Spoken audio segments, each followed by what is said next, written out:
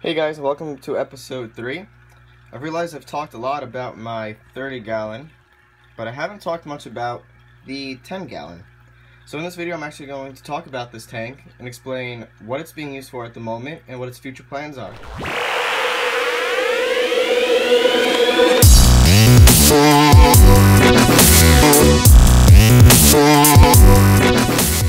Alright, so first let me talk about its filtration. I have a lot of plants in here. There's both Anubias nana right here, that one right there.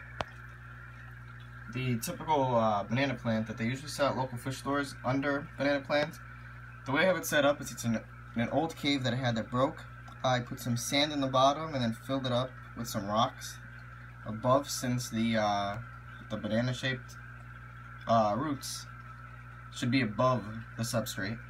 And the reason I have that is so the cories and the pleco, which is probably behind my filter, doesn't dig the roots up. And I also have, this is temporary, this guy right here, but I have some Java fern growing in this plastic ID I had that I'll go into more details about later.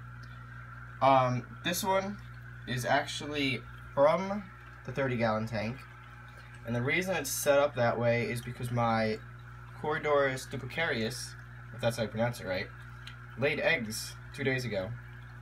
And this tank is right now used for raising out their fry. If you leave the eggs in the parent's tank, they'll actually eat them. So I put them in here, and as the fry hatch, they just fall straight down. These guys, they're Corydoris sabrosus. Usually, your pet store label them as pygmy Corydoris. They usually leave the eggs alone. Like, they lay their own eggs all over the place and they never touch them. So they won't eat the fry. And another reason I have them in here is that Corydoris duplicarius, their fry are very picky, and they seem like they don't really learn how to eat right away. And these guys, they're perfectly fine. So the other ones watch them and they learn how to eat pretty quick. And I also have a piece of driftwood back there. But if you look on the driftwood, all those white specks that you see on there are the eggs of this guy right here, if you know what it is. It's an assassin snail.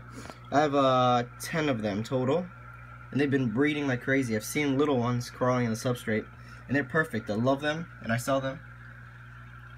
And I also have a bunch of oak leaves in here.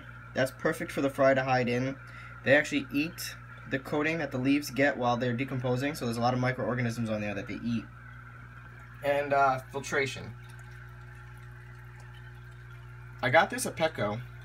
It was on sale, I believe. It was like 20 bucks or something.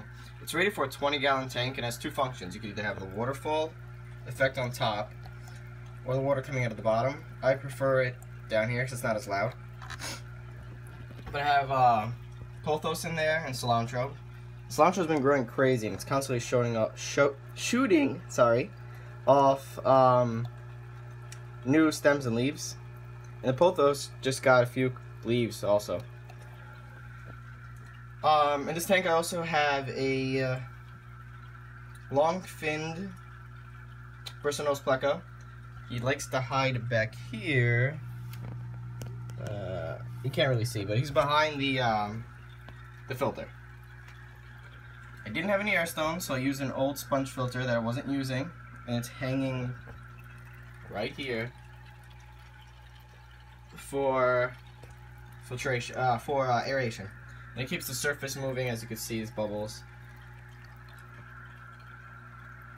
I got a heater back there rated for a 10-gallon tank, so that way the temperature is always a constant 80, so it's perfect for the fry to grow.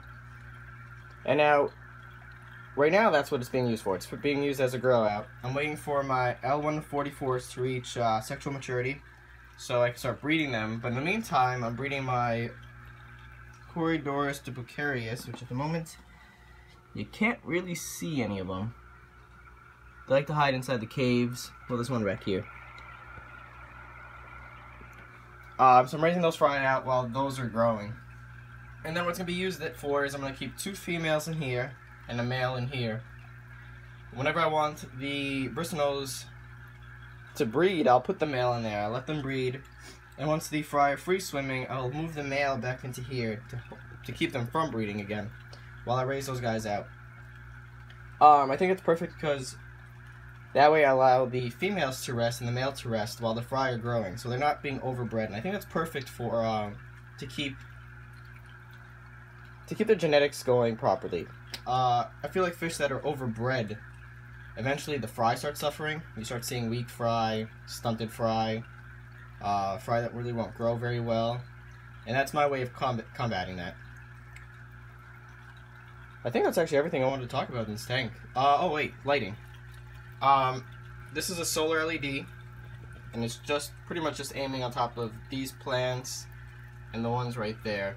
Other than that, the tank shares the same light as this one. It's kind of overlapping a little bit, and that's plenty bright for both tanks. And these plants are constantly growing. This thing is always giving off new leaves. That just keeps growing up and giving off more leaves and roots. So the lighting is perfect. These are all low light plants. So if you have any questions, make sure to leave it in the comments below. Subscribe, and even like us on Facebook. And I also wanted to mention that I'm trying to do a contest, a giveaway. And the way it's going to work is once I reach 150 subscribers, I'll most likely be giving away a $25 Petco gift card. And more details about the contest will come up in the future as I perfect the idea. So if you're all interested, please leave comments, suggestions, and anything like that. Thank you until next episode.